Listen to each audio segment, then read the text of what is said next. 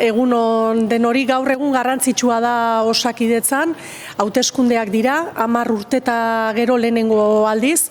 Uste dut, osasun sistema publikoak eta Osakidetzak oro har denbora gehiegi damakila Osakidetzako langilei bizkar eman da funtzionatzen.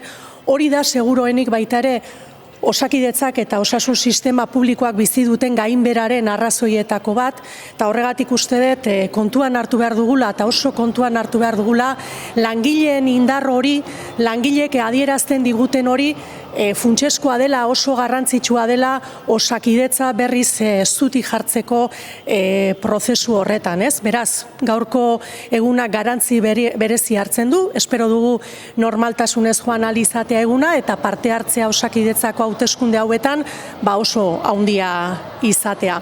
Eta bestetik, badakizue aurrekontuen gora bera horretan gabiltzala azkeneko egun hauek, egun intensoak izan dira, lan askoko egunak izan dira, atzo azken orduan helarazi genion beste proposamen bat Jaurlaritzari.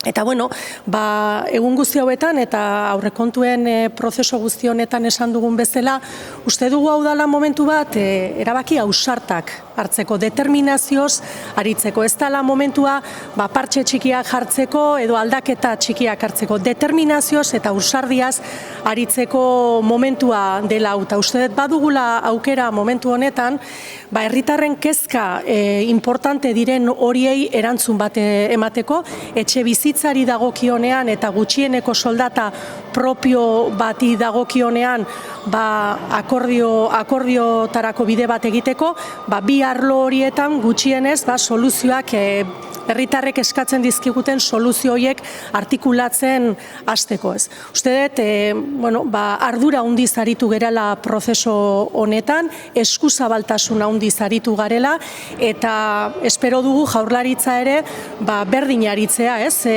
Eskuzabaltasun eta ardura berdinarekin aritzea. Pelota orain bere teilatuan dago, eta jungo gera kontatzen datozen orduek eta ematen dutena.